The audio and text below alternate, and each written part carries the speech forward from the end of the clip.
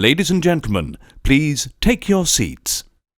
You know, boys and girls, the high school experience tends to be a lot more universal than we tend to give it credit. And if you're within the sound of my voice, that must mean you are in the seats with, once more, as always, my name is Dave Voigt, and I'm the host of this podcast where we sit down with a wide-ranging variety of industry professionals, and we pick their brain about current projects, state of the industry, how they got started, influences, and so very much more, in a light and conversational fashion. And if you like how we do things around here, I'm assuming you do because you're listening right now, you can subscribe to the podcast. You can find us over at Apple, Amazon, Spotify, Google. It's all good.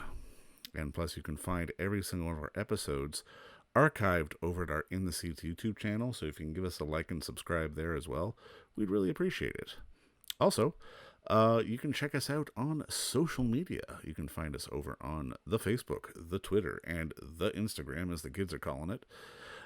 Either at In the Seats or at It's Podcast One for all sorts of updates. And finally, and I do dare say most importantly, please pay us a visit over at In the Seats, intheseats.ca, for all the latest and greatest from the world of film, television, the moving image at large, because we love to write about it and talk about it, and we love it when you swing by and read about it. So please stop on by. And you know what? We got contests too, so please pay us a visit. On this episode, we got a fun one. This is a film that's been bubbling around for a while on the festival circuit. We reviewed it well over a year ago. And it is now on VOD platforms everywhere from our friends over at Game Theory Films. The film is called Events Transpiring Before, During, and After a High School Basketball Game. And I mean, when you think about it, that's kind of what it is. Like, I mean, I can't give you a synopsis for the film, but that's what it is. It's like looking at the end of the bench on a basketball team that isn't kind of doing any good, and it just shows us sort of life in the high school when school's not going on. And it's really a very universal experience to watch this, because there's a lot of deadpan hilarity. There's a lot of stuff you're going to get. There's a lot of stuff that many of us have lived through. And I mean, it's really a fantastic piece of filmmaking, and Canadian filmmaking to boot. And we had the distinct pleasure of sitting down with writer-director Ted Stenson to talk about the film, about, what inspired the origins of it, and sort of the debates therein, and the hilarity of it all. And, it was an interesting talk with Ted. He's a cool guy, and I definitely hope to see more from him, because this is one of those pieces of Canadian cinema that, doesn't feel like Canadian cinema. It feels like a universal story, and it's a great, great little piece of indie filmmaking, which is just hilarious to boot if you like your humor dry. Because, I mean, again, it's one of those films, honestly, that's the reason why I'm in this business, to be able to shout it from the mountaintop that this is a fun film. But check out Events Transpiring Before, During, and After a High School Basketball Game review on your favorite video-on-demand platform. We're fans of Apple ourselves, and we're actually going to have some contests going up soon to give away some codes for the film. But first off, check out our conversation with Ted, because it's a darn good one. All right, well, Ted, obviously, first off, man, thank you for the time today. I appreciate this. Yeah, no, thanks for talking to me. I'm excited. Now, I mean, congrats on the movie. I mean, I didn't see it till recently. One of my guys saw it back at Calgary, and I kept hearing about it, and I finally got to watch it last night, man. I was dying. I absolutely loved it. Like, walk me through, I guess, sort of the origin of the story for you. Well, I'm really glad you liked it. I appreciate it. Yeah, like, it's kind of the origin is funny in a way, because, it is pretty autobiographical. Like, I actually went to that high school that we filmed in. So it's like, there were some aspects that were like really kind of close to home for me. And yeah, like, I mean, I guess the really kind of basic inspiration was just that, like, I've always played lots of sports, but like, I feel like every team I've been on is terrible. So, I've always kind of, been attracted to the idea of telling a sports story, but, from the perspective of a team that's bad and there isn't really any redemption for them. It's kind of just like, anything, so yeah, I mean, I guess it's kind of based on my own experiences, and yeah, just wanting to show a kind of different side of the sports experience and the high school experience too. You get dunked on. I guess that's the next question. Yeah, I don't think I think the caliber of basketball was so low in Calgary when I played that it was like, I don't think anyone in our leagues could even dunk, so it wasn't too much of a threat. I mean, there is such a deadpan hilarity to it all, because I mean, it made me reminisce about, again, days I had in high school, being in theater, doing this, and sort of the run you could have sort of after hours in a high school, and the things that would go on there, not necessarily when class was going on. And like, how much did you have to sort of was it all autobiographical? Were you making some stuff up? Because I mean, really, I think the universality of it is, if it was anybody who went to high school who either played in a sport or did theater or anything like that, they can relate to this film. Yeah, I mean, the other kind of, approach I wanted to take was like, if you were a fly on the wall at a high school, after school, like, kind of what would you see? So, I did want to show like kind of a little bit of everything, like, this whole world. And, in high school, I was also involved in theater a little bit too. So, I liked that there was some crossover, and I wanted to show these kind of different worlds. And yeah, I mean, it definitely was like, I wanted to show the mundane side of high school, where it's not exciting all the time. Like, often it's quite the opposite. So I mean, it was kind of challenging in terms of writing it to, I feel like it was difficult to try to balance like depicting something banal, but also hopefully making it, entertaining and funny. All right, tell me the conversation about Jack was pulled from real life.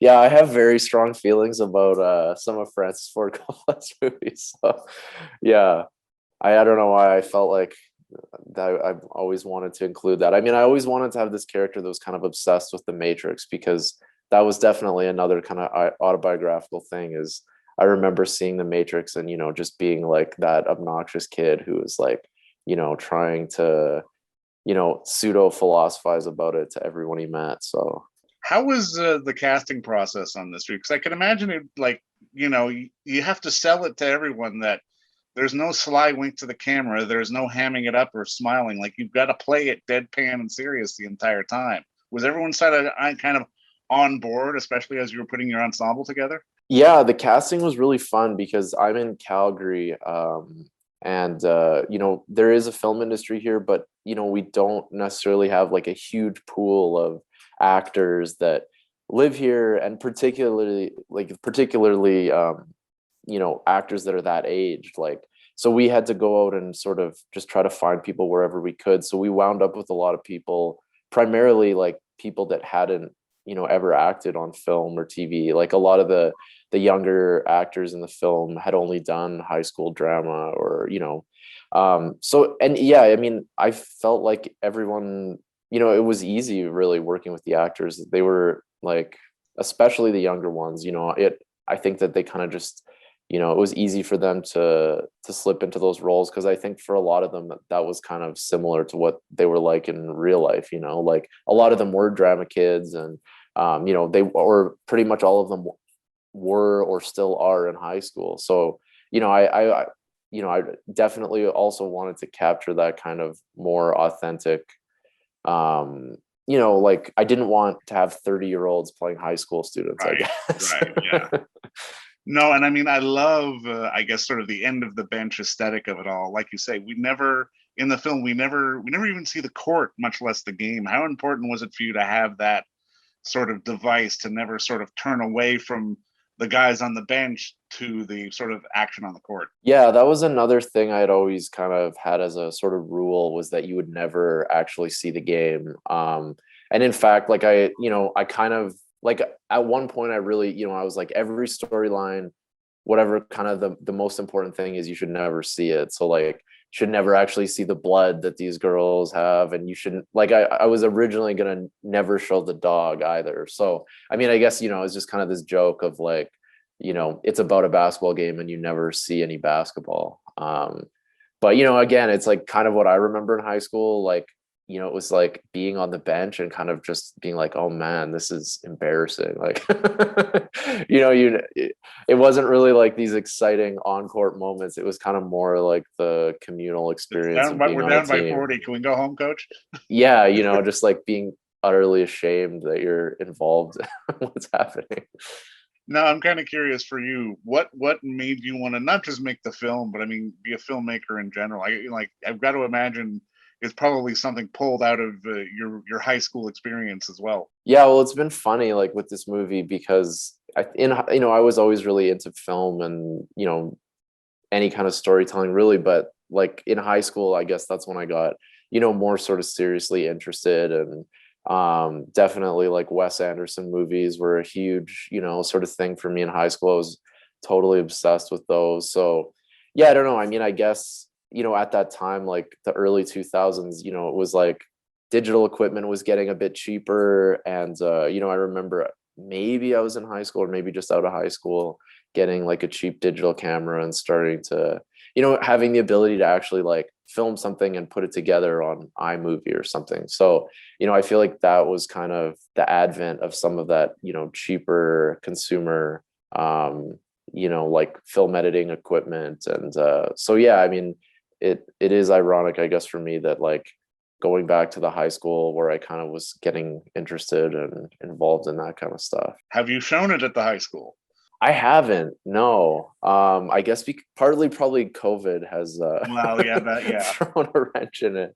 But yeah, I hope I can. I think that they do have some like a broadcast program or something. It would be really cool to to show it there and talk to some of the students and stuff. How have you found the reaction to the film, especially as you've done the festival circuit and rolled out? Now it's coming out theaters, VOD, what have you? Because it's really one of those films that either you get it and you love it, or you don't get it. There doesn't seem to be sort of an in-between realm for this one. Yeah, well, I mean, I feel really lucky with the film festivals we've gotten into, and now it's been over a year since our first screening at the Vancouver Film Festival. So it's been I feel really grateful how how many festivals we've been in, and it seems like the audience response has been pretty good. Like one of the things that I've heard the most is kind of just people being like, oh, this is so much like what my high school experience is. And, I think it's great that, if people like, can relate to it in some respect. And yeah, I do hope that it kind of shows an alternate perspective into high school and particularly, sports, because I think often what gets represented on film and TV, is pretty stereotypical, and often it's kind of this like really overblown sort of American football, like Friday Night Lights type thing. And I wanted this to be like the complete other end of the spectrum. So hopefully, yeah, that some people can sort of appreciate that and relate to it. It almost feels like there's a sequel in there with these guys. I almost want to see them all a few years down the line. Yeah, it'll be like the Wet Hot American Summer. Exactly. Yeah. Camp reunion or whatever it is. I mean, I guess just to start putting a bow on this, I mean, at the end of the day, obviously, first feature, it's out there in the universe now. What is the ultimate hope for you that now, I guess, sort of mass audiences are going to get a chance to see this? Yeah, I mean, I hope that, like I think as a first feature, there's like certainly lots of rough edges and whatnot on it. And yeah, I mean, I hope that people appreciate it, and I hope that like I think with smaller, kind of more modest films like this, like especially for people that are interested in film, it can be like helpful to see what a film that isn't doesn't have $20 million yeah behind it looks like, and just I guess alternate ways of making films that aren't necessarily in the Marvel mold. No, and you know what? I think that's a great way to be, because you're right. I mean, there is an audience for films like this, and there needs to be filmmakers like this going forward. Not everyone gets to make the $300 million sort of action blockbuster. But you know what? This is just to put a bow on this. Congratulations on the film, and thanks for the time, man. I absolutely howled watching it from minute to end, because I mean, I feel like I've lived it in some way, shape, or form, and I don't think I'm alone in that sentiment. Well, I really appreciate it, and thanks so much for having me on. All right, cheers, man. Thanks again, Ted. Yeah, take care. And don't forget to visit our friends over at Bay Street Video for all your DVD, Blu-ray rental, or purchasing needs this summer, as they are still open for curbside and some mailing delivery as well. Over at 1172 Bay Street, Toronto, Ontario, Canada, you can give them a call at 416-964-9088. That's 416-964-9088. Or send them an email at baystreetvideoto@gmail.com for any of your DVD and Blu-ray needs.